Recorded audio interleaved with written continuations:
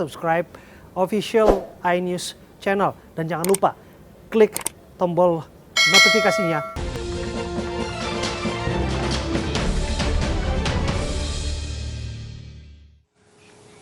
Harga cabai terus meroket berimbas pada pedagang di pasar dan pedagang jajanan dengan bahan cabai. Seperti pedagang tahu gejrot yang terpaksa mengurangi rasa pedasnya.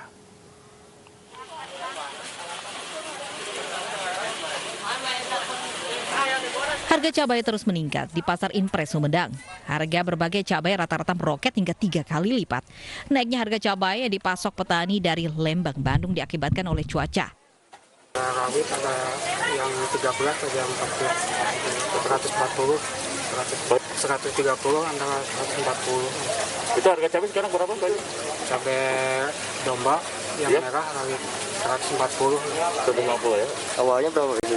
Awalnya 70, 60, 70. Imbas kenaikan harga cabai dirasakan ibu rumah tangga yang terpaksa mengurangi bumbu makanan. Pembelian sayur mayur dan bumbu makanan pun terpaksa dibatasi. Kalau biasanya saya sih nggak begitu banyak, soalnya saya kan hanya untuk masak-masak aja gitu kan. Ya agak dikurangi lah sedikit, biasanya suka setiap hari masak sambal, sekarang agak dikurangi gitu lah. Selain ibu rumah tangga, pedagang tahu gejrot juga terkena imbas meroketnya harga cabai. Apalagi cabai menjadi salah satu bahan yang dibutuhkan untuk menjual jajanan yang menjadi favorit banyak orang. Pinginnya normal lagi gitu, biasanya 5.000 seperempat, sekarang kan 15.000, jadi berat buat pedagang kecil. Masyarakat berharap pemerintah campur tangan secepatnya dalam mengatur harga bahan makanan di musim hujan seperti ini. Dari Sumedang, Jawa Barat, Beben HVA, iNews melaporkan.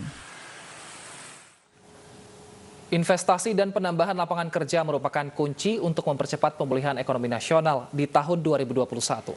Menyiasati hal tersebut, Badan Koordinasi Penanaman Modal (BKPM) terus melakukan peningkatan investasi dari berbagai negara yang memiliki potensi besar di sektor industri padat karya, infrastruktur, pertambangan, dan energi.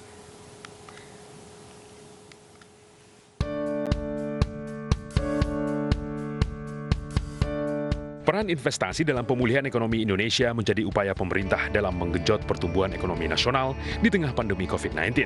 Pemerintah juga telah memberikan berbagai kebijakan yang memuluskan jalannya investasi di Indonesia, seperti pemberian insentif pajak, bantuan kredit dan penjaminan, pengesahan Undang-Undang Cipta Kerja, mengkolaborasikan pengusaha asing nasional dan UMKM, serta memudahkan proses pengajuan izin usaha dan investasi.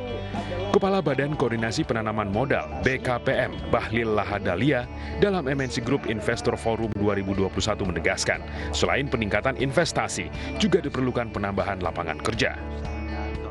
Setiap investasi masuk ke daerah, baik itu dari dalam maupun luar negeri, dia wajib menggandeng pengusaha lokal, UMKM, dengan harapan kenapa? Untuk menciptakan lapangan pekerjaan di bawah.